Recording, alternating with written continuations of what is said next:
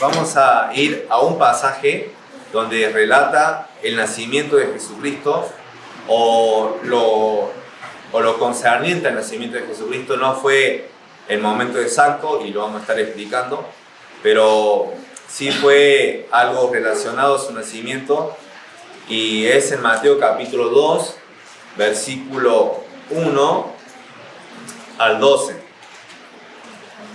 Y Mateo es el primer libro del Nuevo Testamento.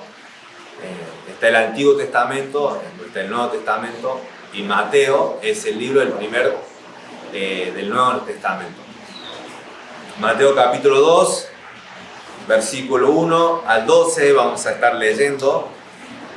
Y vamos a ver acá que Jesús se revela, o que Dios revela la información, revela a ellos, está revelando la palabra, y en cierta manera ellos reaccionan de una manera distinta. Primero están los magos, luego están Herodes y el pueblo, se podría decir, Jerusalén, y por último el tercer grupo, los escribas y sacerdotes.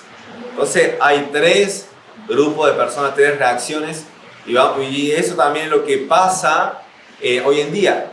Hay tres posturas concernientes a Jesucristo cuando Él se revela, cuando Él llega y se presenta en la vida de las personas. Tres posturas que toman las personas y los incrédulos, y vamos a verlo en esta historia también acerca del nacimiento de Jesucristo. Vamos a leer el versículo 1 hasta el 12, y voy a leer yo un versículo y después ustedes van leyendo el otro, y así vamos intercalando un versículo cada uno. Dice así lo siguiente: Cuando Jesús nació en Belén de Judea, en días del rey Herodes, vinieron del oriente a Jerusalén unos magos. Versículo 2. ¿Dónde está el rey de los judíos que ha nacido? Porque su estrella hemos visto del oriente y venimos a adorar. Oyendo esto, el rey Herodes se turbó, y toda Jerusalén con él. Y convocados todos los principales sacerdotes y los escribas del pueblo, le preguntó dónde había de nacer el Cristo. Verso 5. Ellos le dijeron: en Belén de Judea, porque así está escrito por el profeta. Tú, Belén, de la tierra de Judá, no eres más pequeña que los príncipes de Judá, porque de ti saldrá un guiador que apacentará un pueblo de Israel. Entonces Herodes, llamando en secreto a los magos, indagó de ellos diligentemente el tiempo de la aparición de la estrella. Y enviándolos a Belén, dijo: id allá y averiguad con diligencia acerca del niño, y cuando veáis, hacedmelo saber, para que yo también vaya al guiador. Ellos, habiendo oído al rey, se fueron, y aquí la estrella que habían visto en el oriente iba delante de ellos, hasta que llegando se detuvo sobre donde estaba el niño. Y ayer las estrellas se regocijaron con una grande voz. Y al entrar en la casa, ahí ya vieron, en la casa, no es el pesebre, y entrar en la casa, vieron al niño con su madre María, y postrándose lo adoraron. Y abriendo su tesoro le ofrecieron presente: oro, incienso y mirra. Y versículo 12 todo junto. Pero siendo avisado por revelación en sueños que no volviesen a Herodes, regresaron a su tierra por otro camino. Bueno, vamos a orar. Padre, gracias por esta noche, por esta mañana. Señor, gracias porque hoy, esta noche, se va a festejar el nacimiento de Cristo. Y aunque tal vez la cultura en sí no tiene en cuenta a Jesús, ya Papá Noel en cierta manera opaca eso, o estaba siendo opacado, pero nosotros somos bien conscientes de que Navidad es Jesucristo, y de que Él vino y nació para morir por los pecados de nosotros, y para poder dar vida eterna a todo aquel que cree. Señor, este pasaje relata y describe, Señor, varias verdades, y ayúdame a mí, Padre, a poder transmitirla con claridad, y para que puedan tomar una postura también que sea como la de los magos, Señor. Que en mi corazón también sea esa actitud de adoración al Mesías, al único que puede salvar y al único que es Dios. Gracias, Dios, por todo tu amor, gracias por tu misericordia. Te pido, Señor, por esta reunión, y te pido por que cada uno de los que están aquí presentes puedan estar prestando atención, y que tú quites toda distracción, toda preocupación o afán que pueda haber en su corazón y en su mente, para que puedan estar atentos a tu palabra. En nombre del Señor Jesucristo te lo pido. Amén y amén. Amén. La primera actitud, la primera postura que vamos a ver es la de los magos. La de los magos se ve en versículos 1 y 2. Dice: cuando Jesús nació en Belén de Judea, en día del rey Herodes, vinieron del oriente a Jerusalén unos magos. Y en esta primera escena vemos esos personajes, los magos. La palabra magos es magoi. Bueno, en el griego dice, esta palabra identificaba a personas influyentes, consideradas sabias.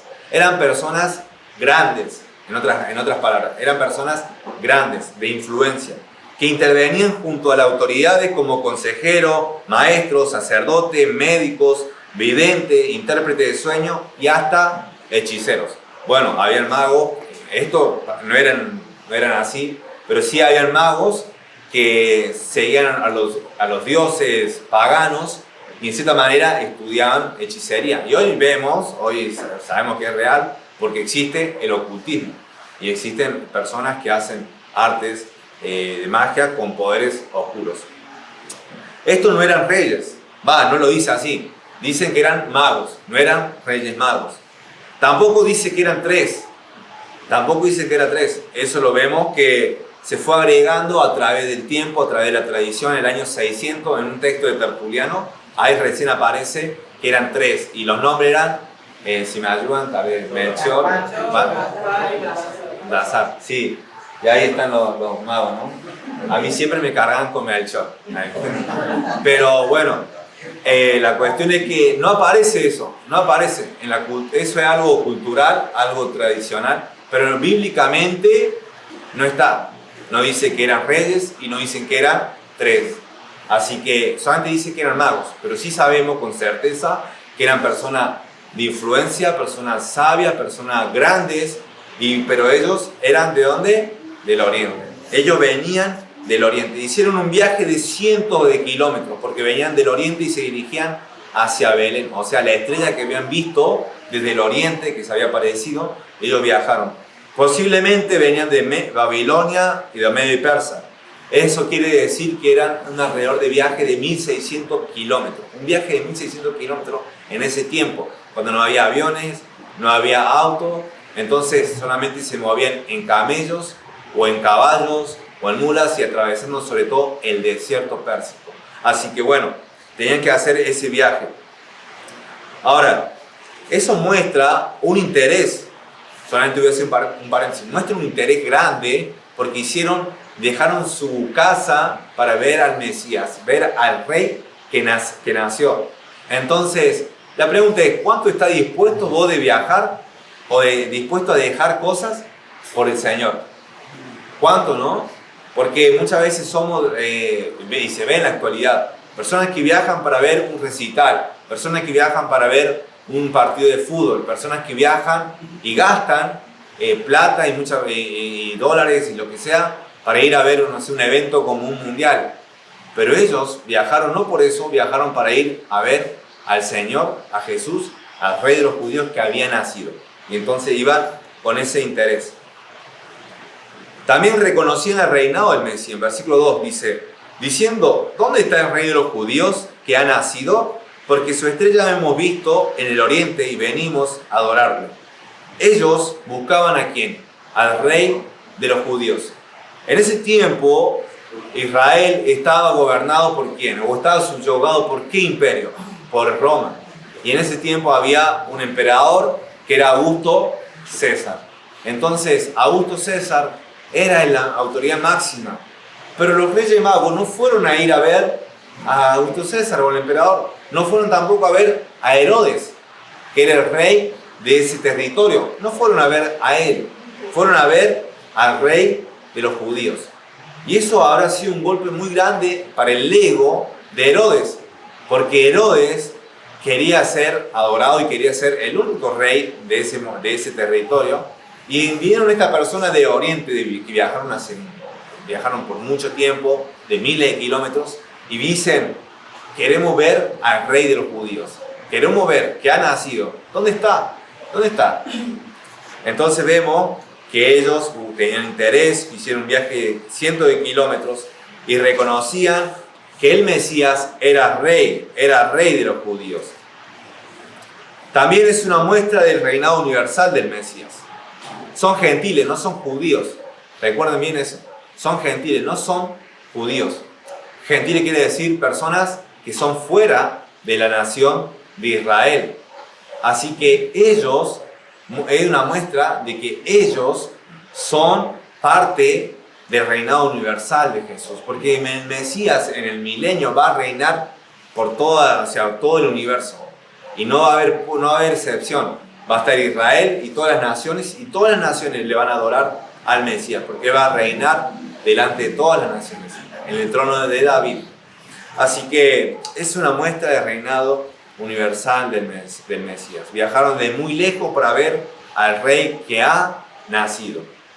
También vemos que ellos venían del Oriente y no tenían en su tiempo Google Maps, donde vos pones la ubicación y te llegás dónde está, o la ubicación en tiempo real. No existía nada de eso, obvio, ustedes ya lo saben, no estoy diciendo nada, algo nuevo, pero sí y esto es lo sobrenatural, vieron una estrella.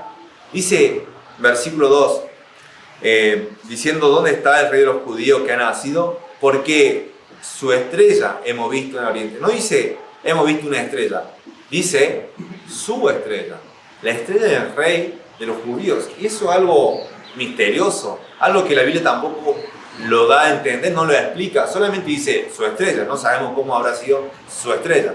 Y hay muchos comentaristas que dicen qué era esa estrella, pero son todos supuestos, no hay nada definido porque la Biblia no lo define. Pero sí sabemos, a ciencia cierta, que eso fue algo sobrenatural, porque ellos cuando salieron vieron la estrella y por eso viajaron y se dirigieron hacia Jerusalén.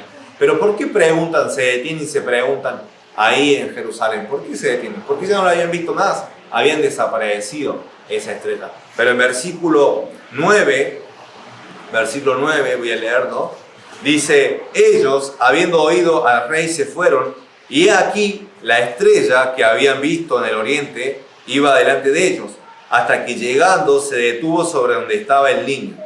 Y versículo 10, y al ver la estrella se regocijaron con muy grande gozo.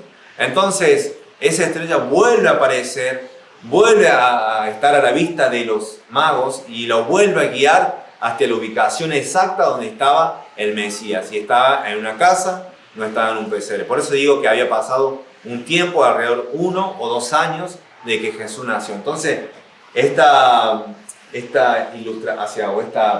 visión no es realmente real, o sea, no es exacta. No es, porque no estaban ellos en el momento donde estaban Jesús en el pesebre, después que no había lugar en el mesón, que relata Lucas capítulo 2. ¿Quién estaban? Si estaban los pastores, en esa misma noche fueron a ver a Jesús y ahí lo vieron, recién nacido. Estaba María, José y estaban que es Nochebuena. Pero alrededor de 1 o 2 años que los magos vieron esa estrella y viajaron por durante 1600 kilómetros. Y ahora empiezan a buscar al rey que ha nacido y ha pasado ya un tiempo. Y por eso están en una casa, no están en un pesebre. Así que la estrella fue algo sobrenatural. Y es un misterio que nunca lo vamos acá en la tierra, nunca lo vamos a saber. Dios no ha revelado eso. Pero sí podemos decir que Dios guía. Que Dios se presentó y se reveló a estos magos que en cierta manera tenían un conocimiento limitado, no eran como los escribas y sacerdotes que tenían la ley, la Biblia en cierta manera, pero ellos, por revelación sobrenatural, fueron y se dirigieron al Mesías. Ahora, se regocijaron, ¿verdad? Se pusieron contentos. Y eso muestra en versículo 2 también la adoración que ellos tenían hacia el Mesías. Porque el versículo 2 al final dice: y venimos a adorarle. Después que hemos visto la estrella del oriente que nos ha guiado, después dice: y venimos adorarle. Y eso, la adoración es simple, es mostrar un corazón de reverencia, un corazón de humildad que reconoce lo que es Dios y reconoce lo que es el hombre. Que Dios es supremamente grande, infinitamente grande, y que el hombre es así de chiquitito y que no es limitado en cierta manera, y la creación muestra su poder y su grandeza, que el hombre es así limitado a un ser insignificante a lo que es Dios, que trasciende el poder, la sabiduría y el alcance del hombre. Entonces, uno frente a la persona de Dios, frente a la persona de Jesucristo, solamente debe quedarse en adoración, rendirse en adoración y tener una actitud de sumisión a su voluntad y reconocer quién es Él. Y eso es lo que nosotros como iglesia hacemos, como los cristianos hacen. Y eso es lo que lo hacen cada creyente que ha conocido a Jesucristo como Salvador. Dios, lo vemos los miércoles, ¿qué está buscando? Personas adoradores que la adoren en espíritu y en verdad. Eso es lo que se trata. Así que ellos viajaron desde muy lejos, ¿para qué? Para adorarle. Y eso es un grupo. Primero vemos los magos y ahora vamos a ver lo segundo, a Herodes. Y antes de pasar, o sea, después voy a volver a los regalos que le hicieron los magos. ¿A quién? A Jesús. Por eso se ve más adelante que ellos les presentaron, le hicieron unos presentes y de mucha calidad y que tienen representaciones de cierta manera simbólica de lo que Jesús es. Pero esa es la primera actitud o la primera postura de los magos, que presentaron una actitud de adoración a Dios, de interés, de gozo, de que viajaron 1600 kilómetros para ver al rey que ha nacido. Ahora vamos a ver una actitud de hostilidad hacia Dios. Y ese es de Herodes. Versículo 3 dice: oyendo esto el rey Herodes se turbó y toda Jerusalén con él.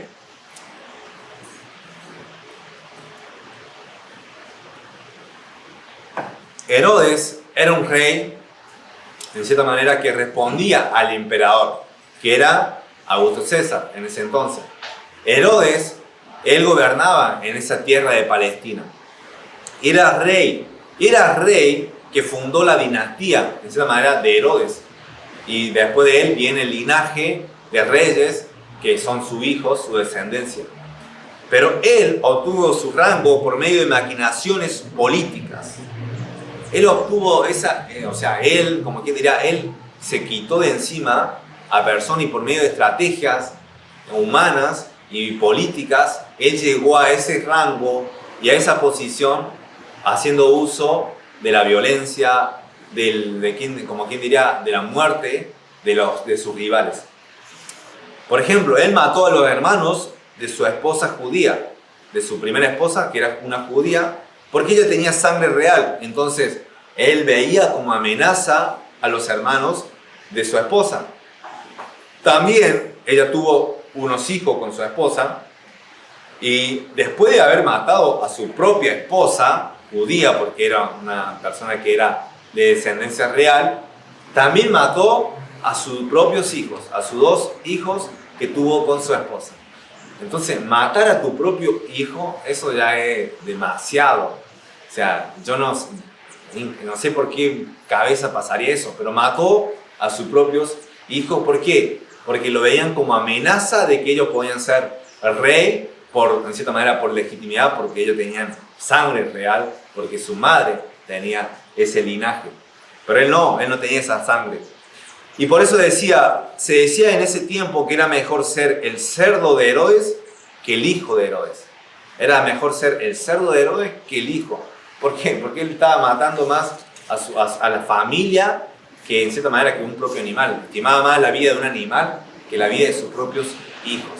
Así que Herodes tenía esa paranoia, tenía ese celo. Él tenía un celo de poder y mantener ese estatus.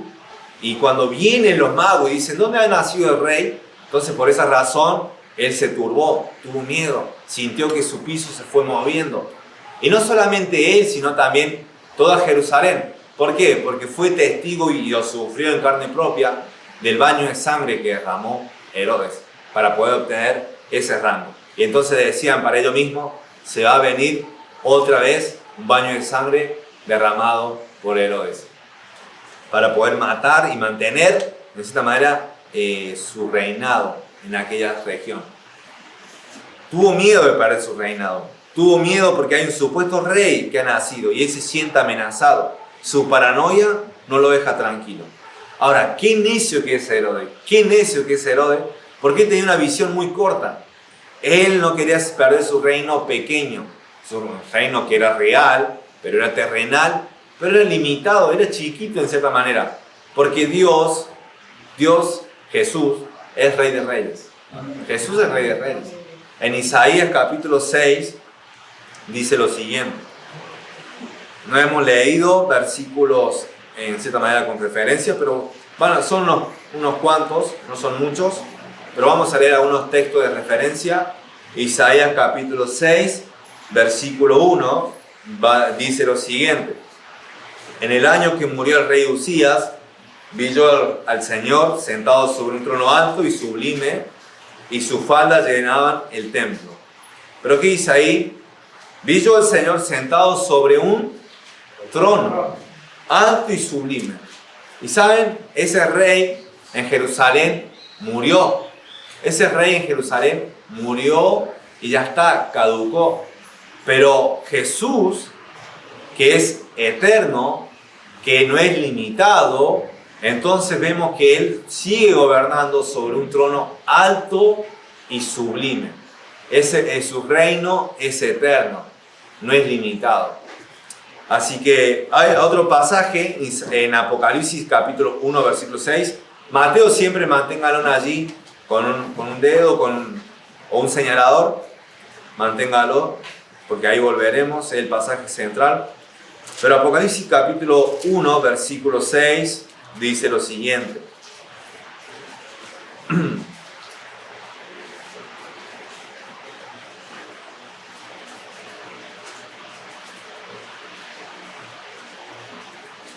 Dice Apocalipsis 1, versículo 6. Y nos hizo reyes y sacerdotes para Dios, su Padre. A Él sea gloria e imperio por los siglos de los siglos. Amén. Entonces, Él hacer rey a los hijos, es decir, a los creyentes, se está queriendo poner como alguien con mayor potestad. Entonces, Él es rey de reyes. Él es rey de reyes. Él tiene una autoridad máxima. Y en versículo 8 dice, yo soy el alfa y la omega, principio y fin, dice el Señor, el que es y que era y que ha de venir, el todopoderoso. Entonces el único que es soberano, el único que tiene el poder absoluto es Jesucristo. Es Dios, porque es la persona de la Trinidad. Y ahora viene esta persona Herodes y se pone con miedo, tiene celo, se ve amenazado. Y digo, qué necio, en vez de reconocer como los magos de que Jesús es el Rey, el Mesías realmente, y de rendirle adoración, tributo, él se siente amenazado, se siente turbado. Tiene una visión muy corta, una visión materialista de todas las cosas. Entonces Jerusalén tuvo temor. ¿Por qué? Porque se avecinaba un baño de sangre. Ahora, versículos 7 y 8 del mismo capítulo 2 dice: entonces Herodes, llamando en secreto a los magos, indagó de ellos diligentemente el tiempo de la aparición de la estrella. Mateo capítulo 2, versículo 8 dice: y enviándolos a Belén dijo: id allá y averiguad con diligencia acerca del niño, y cuando la halléis, hacedmelo saber, para que yo también vaya y la adore. ¿Eso era real? ¿Que él quería ir y adorar? No era real. Él fue astuto, así como fue astuto en el pasado para obtener su posición de rey. Fue astuto de esa misma forma para obtener, de cierta manera, para eliminar a la competencia, para eliminar a aquel que amenazaba su reinado. Y vemos acá en versículo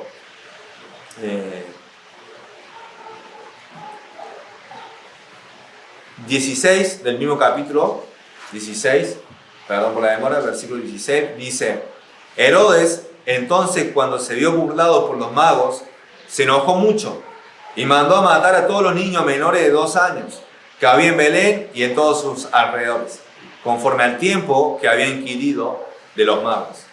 Entonces, él, como respuesta, dice: bueno, se fueron los magos, no me dijeron nada. O sea, al final se burlaron de mí porque Dios se reveló a los magos diciéndole que no vayan a Herodes, porque Herodes tenía intenciones malas hacia el rey, hacia el Jesús. Dijo: bueno, vamos a borrar a todos los bebés, vamos a matar a todos los bebés menores de 2 años.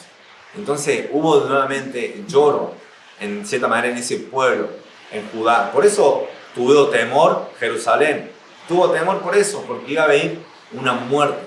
Y Herodes, en cierta manera, hizo todo lo que estaba a su alcance para cumplir su propósito. Era una persona sin escrúpulos, una persona sin códigos morales. Él si había alguien a quien eliminar, lo eliminaba, con tal de él seguir en el poder y en su posición de reinado. Él investigó por medio de los escribas, investigó para ver dónde había nacido y fue en Belén. Le dijo a los magos: vayan ustedes, investiguen ahí diligentemente dónde está ese Mesías. Y después vengan a mí y yo también quiero ir ahí con él. ¿Para qué? Para adorarle, pero era mentira. Y vemos más adelante, en versículo 16, que él empezó a matar a las personas. Jesús despierta en el hombre un temor o resistencia, porque no quiere, o sea, el hombre no quiere perder su reinado. Y eso, Herodes, es una ilustración de cómo es el hombre también. No quiere perder su reinado. La canción de Frank Sinatra, A mi manera, sigue siendo real en mucha vida de la persona. La persona quiere seguir haciéndolo todo a su manera. Quiere seguir caminando según su propio rumbo y según su propio destino, pero a su manera. No pone en lugar a Dios ahí en la escena, no le da protagonismo, no lo deja, no quiere que tenga lugar en su corazón, en su mente, lo descarta por completo. Por esa razón también Eva fue tentado en el jardín. ¿Por qué? ¿Cómo fue la tentación? Ella, ¿por qué sintió codicia hacia el árbol?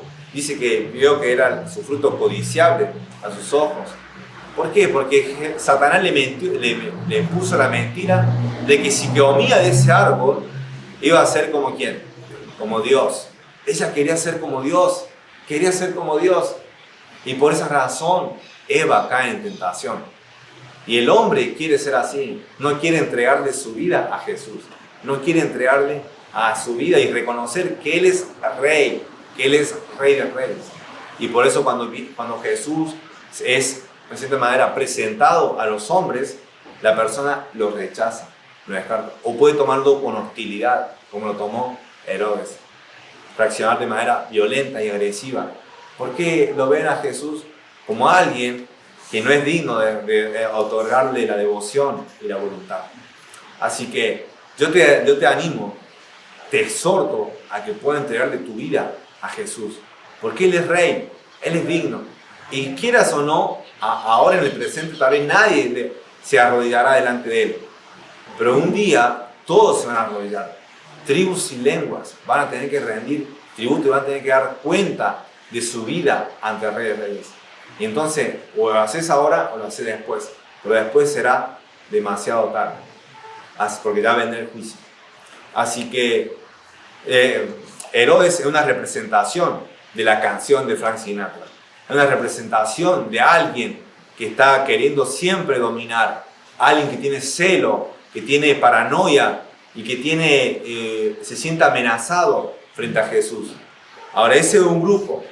Después ahora viene otra persona que tiene indiferencia, otra actitud, otra postura de indiferencia hacia Dios.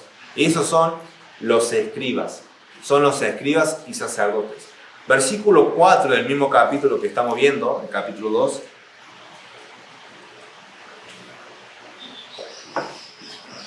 Dice lo siguiente: y convocados todos los principales sacerdotes y los escribas del pueblo, les preguntó dónde había de nacer el Cristo. Eso es Herodes preguntándole a los escribas y sacerdotes. Ellos le dijeron: en Belén de Judea, porque así está escrito por el profeta. Y tú, Belén, de la tierra de Judá, no eres la más pequeña entre los príncipes de Judá, porque de ti saldrá un guiador que apacentará a mi pueblo Israel. Eso está en Miqueas capítulo 5, versículo 2. Si ustedes después en su casa quieren buscarlo, Miqueas es un libro de los profetas menores del Antiguo Testamento, Miqueas capítulo 5, versículo 2, que fue escrito alrededor de 400, 600 años antes de Jesús. O sea, eran profecías que anunciaban la venida del Mesías, del Rey Jesús, alrededor de 600, 400 años antes de su nacimiento. Entonces, con exactitud fue en Belén. Y bueno, entonces ellos sabían, ellos entendían por medio de la revelación escrita y especial de Dios dónde nacería el Mesías. Pero ¿cuál fue su reacción ante eso? ¿Saben? El pueblo de Belén, ¿a qué distancia estaban entre Jerusalén y Belén? ¿Cuál distancia había? Alrededor de 6 kilómetros de distancia. Entre 6 a 10 kilómetros de distancia. Pero ellos no se movieron, no movieron ni un pelo para ir a acercarse y decir, bueno, vamos a ver si es realmente lo que nos cuentan los magos, que nació el rey. Vamos a ver si es tal cual como ellos dicen. No, solamente dijeron, nació en Belén. Las profecías dicen eso, pero no indagaron, no buscaron acerca del Mesías. No hicieron nada, no estuvieron dispuestos a caminar. Ahora, ¿qué diferencia, verdad? Entre un grupo de campesinos, los pastores, que no entendían nada de la ley, o sí entendían, pero no tenían la educación religiosa que tenían los sacerdotes y los escribas, porque ellos eran personas estudiosas de los 5 libros del Pentateuco, de los escritos de los rabinos, y ellos estudiaban de día a noche, pero a la hora de que se presente el rey que ha nacido, no estuvieron dispuestos a moverse. Pero en Lucas capítulo 2 vemos un grupo de personas que aparece ángeles y le anuncian a los pastores diciéndole que ha nacido el rey, que son buenas nuevas de gozo, de gran gozo. Y ellos, ¿qué es lo que hacen? Dejan sus ovejas y van a ver al rey que ha nacido, al Mesías. ¿Qué diferencia? Porque vemos un grupo de religiosos que sabían y un grupo de, en cierta manera, de ignorantes que no sabían, no tenían una posición o reputación tan especial como los reyes, como los sacerdotes y los escribas, pero ellos sí obedecieron, sí se entusiasmaron, sí se llenaron de gozo y fueron a buscar e indagar el Mesías. ¿Qué sos vos? ¿Qué sos vos? ¿Sos como los sacerdotes y los escribas que te dicen, Jesús murió por los pecados del hombre? Bueno, listo, me da lo mismo. Es como si no hubiera sido nada. Es algo más, una verdad más, no pasa nada. La mayoría son indiferentes a Jesús. La mayoría de las personas son indiferentes a lo que Él hizo, la obra en la cruz. ¿Qué sos vos?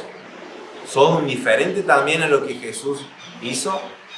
Espero que no sea así, porque Jesús ha revelado, te ha mostrado a través de la Escritura de lo que Él hizo, de lo que Él estuvo dispuesto a hacer, abandonar su trono para ir a la cruz y morir por los pecados tuyos y del hombre.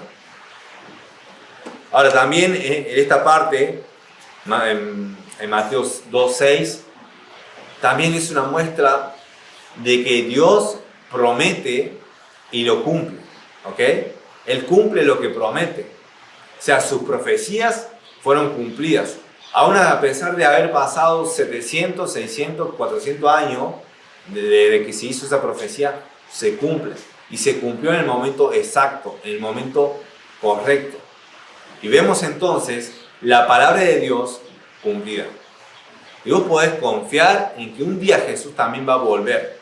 Va a venir y una persona, nosotros, el pueblo de Dios, debe estar esperando, debe estar anhelando, debe estar expectante de la llegada del Mesías. ¿Y cuál es tu actitud? ¿Vas a estar expectante o vas a ser indiferente a lo que Jesús dice, lo que Jesús va a hacer de acá puede ser hoy, puede ser esta noche, puede ser mañana, puede ser de acá cientos de años, pero que Jesús va a cumplir su promesa? ¿Cuál es tu respuesta? ¿Cuál es tu respuesta? ¿Qué vas a hacer con la revelación que Dios te da? Hoy vimos tres grupos. Primero, la de los magos. Y antes de finalizar, antes de hacer la conclusión, vamos a ir versículo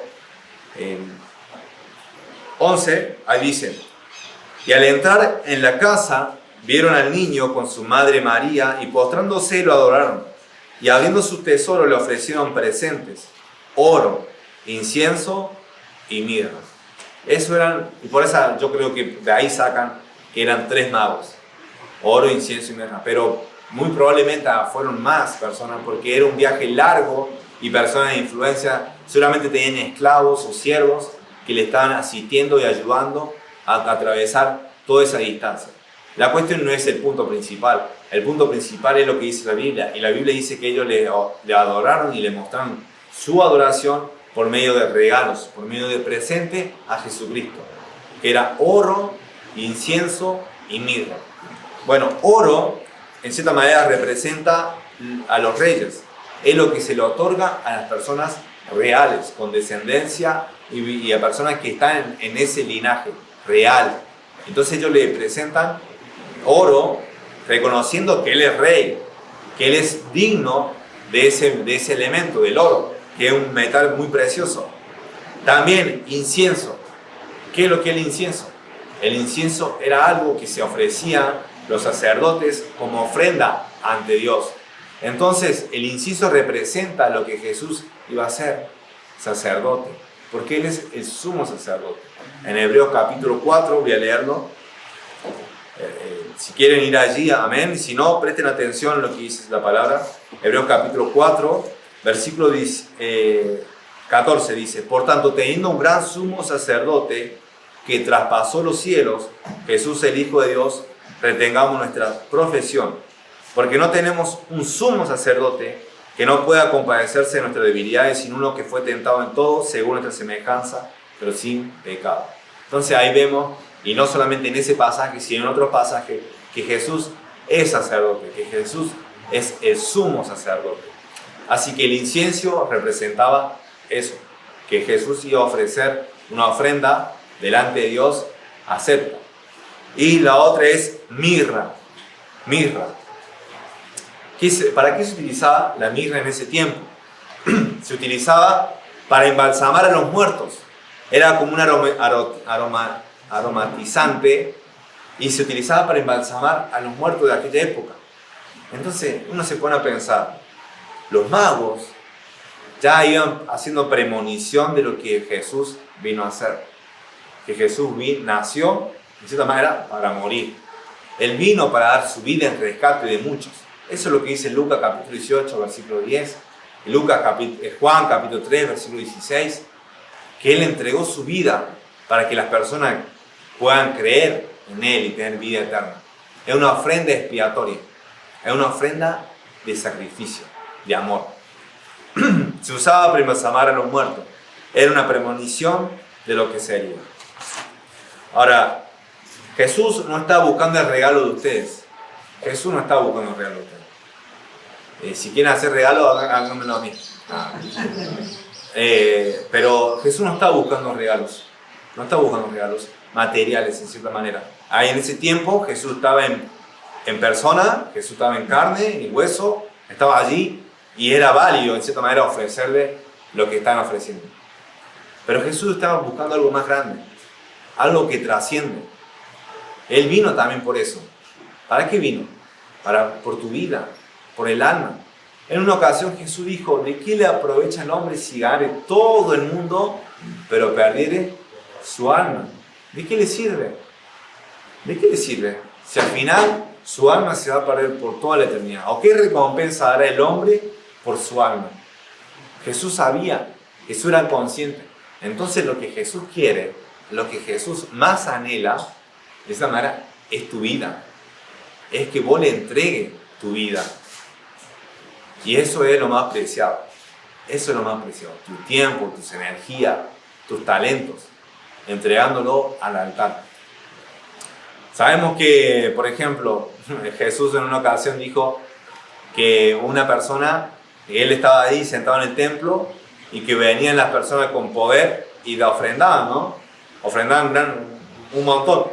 Pero vino una viuda pobre y ofrendó 2 dracmas, creo que era lo que se ganaba en un día.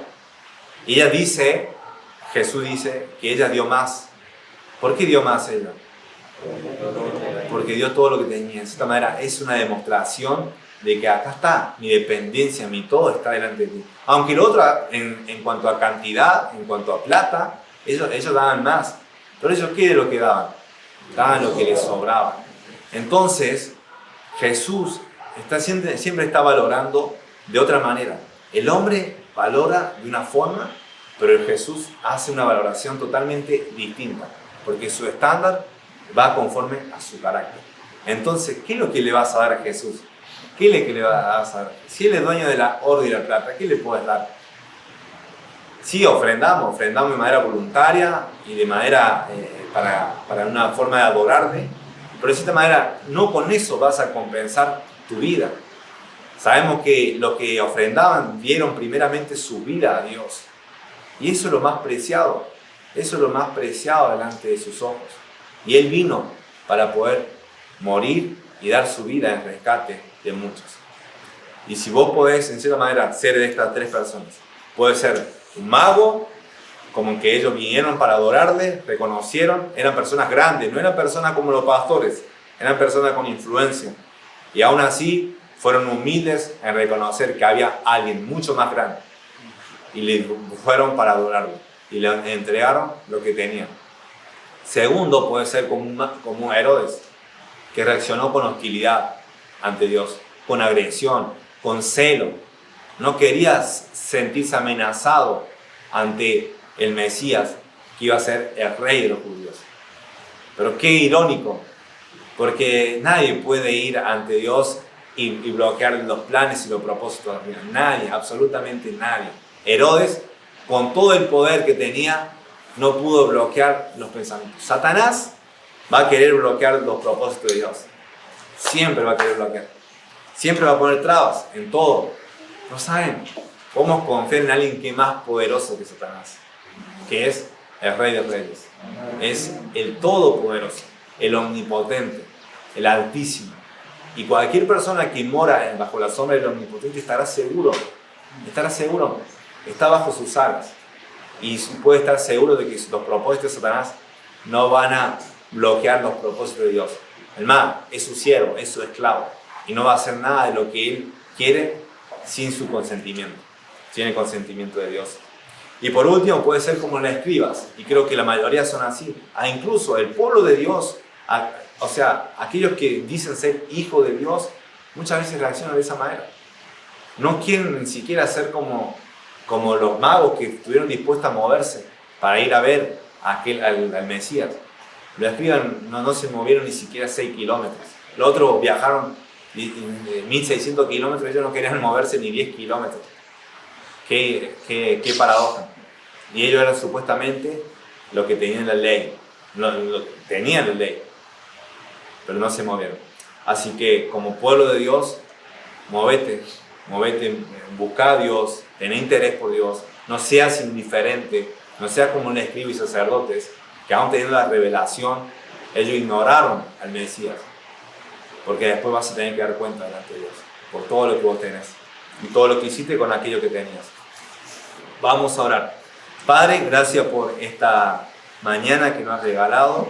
Te pido, Señor, por cada uno de los que están aquí presentes, para que pueda entender acerca de estas tres posturas que vimos en Mateo. La de los magos es la bíblica. Es la que cada hombre debe, en humildad, debe reconocer. Y no importa la condición que uno tenga. Algunos dicen, la religión es para los débiles. Pero vemos que acá personas de poder, de renombre, que fueron a Jesús con recursos valiosos, pero lo pusieron en las manos del Mesías, reconociendo que Él es rey, reconociendo que Él es sacerdote, reconociendo que un día iba a morir por los pecados. En cambio, Herodes, una persona paranoica, que tenía una visión limitada, Señor, murió al poquito tiempo. Entonces es un claro ejemplo de la persona que al final va a morir y que no importa cuán poderosa habrá sido en esta tierra, es limitada, y que hay alguien más poderoso, que eres tú, Señor. Entonces te pido, Señor, que si hay alguien como Herodes, que si hay alguien como el escriba, el sacerdote, que no lo sea más, Padre, que salga de esa puerta transformada y cambiada, que reconozca que el Mesías ha nacido y que reconozca que el Mesías lo ama, porque tú amas con un amor infinito, eterno, Señor, y que puedan ablandar sus corazones a aquel que dio su vida por ellos. Padre, gracias por haber llegado a mi corazón, a mi vida, y haber transformado mi vida por completo. Gracias por ello, y te agradezco, Señor, porque un día vamos a estar cara a cara, y un día voy a estar ahí en tu presencia. Y hay aquellos que no, Padre. Te pido por esas personas.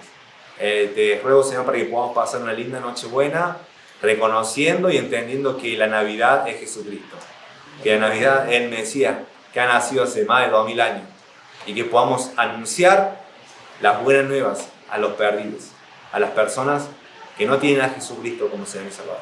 Te lo pido todo esto en nombre del Señor Jesús. Amén y amén. Amén.